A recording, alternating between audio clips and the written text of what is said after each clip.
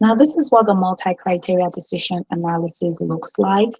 And here it talks about you want to first define your criteria, and then you want to measure, make a measurement. I know here it talks about medication, but basically you want to make a measurement of those criteria. You want to prioritize and weigh the criteria based on stakeholder preference. And then you want to use weights and criteria scores to inform deliberations or combine for a multi-criteria decision analysis score. Then you want to interpret results and understand value from multiple stakeholders. So again, the multi-criteria decision analysis, it facilitates a judgment of value by incorporating multiple criteria important to the stakeholders. Okay. Now, the advantages are flexibility allows for non-traditional measures of value to be incorporated. It identifies data gaps for future evidence generation. It's a transparent process, and it formally incorporates stakeholder preferences. And this just talks about the benefits of the multi-criteria decision analysis process. And I'm just going to take one or two. It provides a meaningful and logical framework for the planning. It supports value-based planning. It supports synthesis of information and helps to identify data gaps and uncertainties, supports participants' learning and comprehensive understanding of the planning situation. It enables comparison of incommensurable impact and inclusion of subjectivity. It supports systematic and transparent evaluation of alternatives. It clarifies issues of agreement and disagreement. It facilitates discussion in multi-stakeholder group and helps to find a common language. It supports democracy, or participative decision-making in planning by giving every participant a voice. It supports finding balanced and widely acceptable solutions. And like we said, it provides a meaningful and logical framework for planning. And here we have an example of cost-benefit analysis example.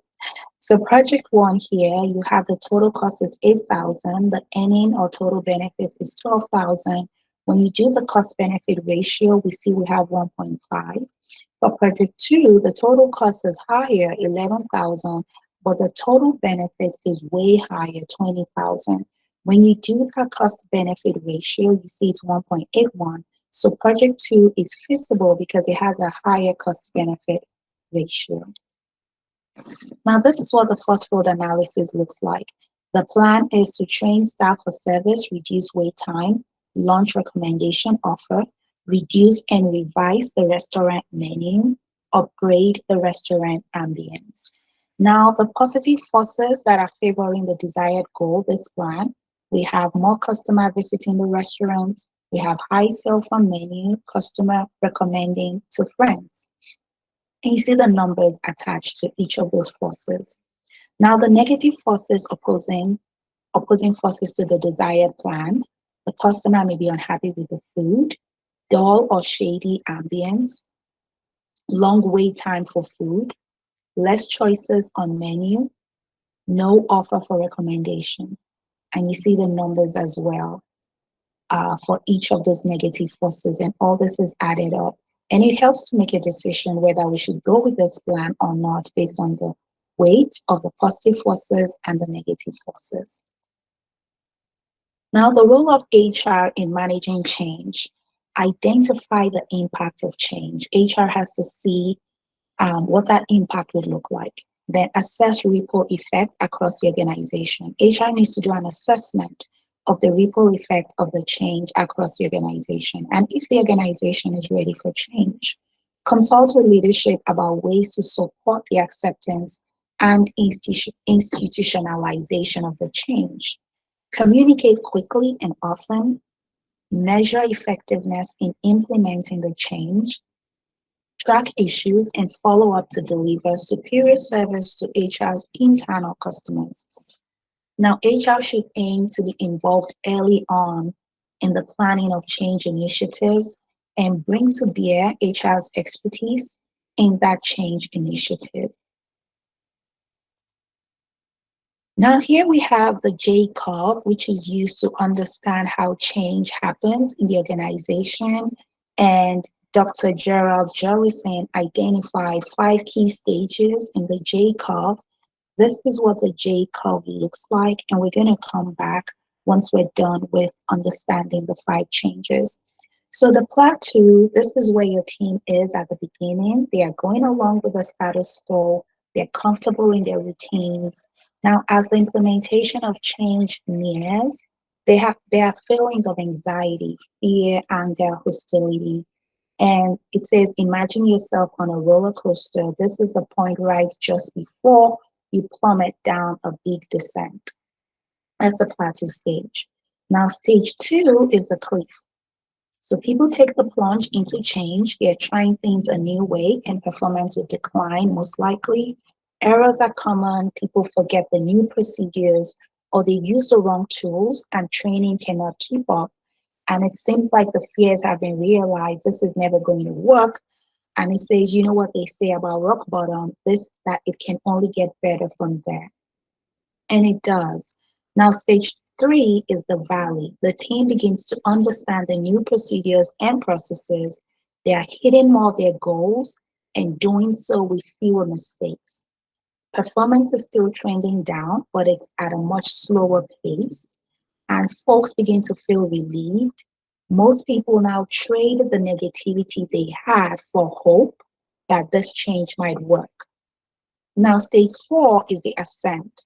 Now you're getting somewhere. Performance is improving rapidly as your team integrates the new skills, procedures, and attitudes.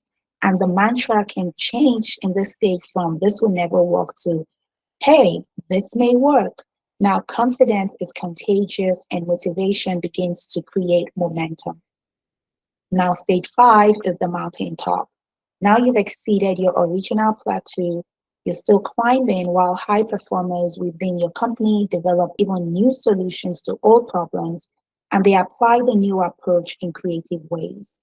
This will fuel further innovation and increase productivity, giving you added credence as a leader of vision who can harness the power of change. And it says that has a nice ring to it. So that's kind of like the stages of the J curve. And let's see what the J really means. This is what the J looks like. And you see here productivity and performance. And here you see time. The current state looks like this. Now you bring the change. There's a period of disruption, the way it goes down, like you see adverse impacts on performance. And then later it begins to go back up. Tangible benefits. Now, this first set of dotted lines is what stakeholders mistakenly expect. They expect that the change will just go all the way up to the desired state. Now, this smaller dotted line is what stakeholders can expect with good organization change management activities like targeted communications, focused education and training, reliable assessments.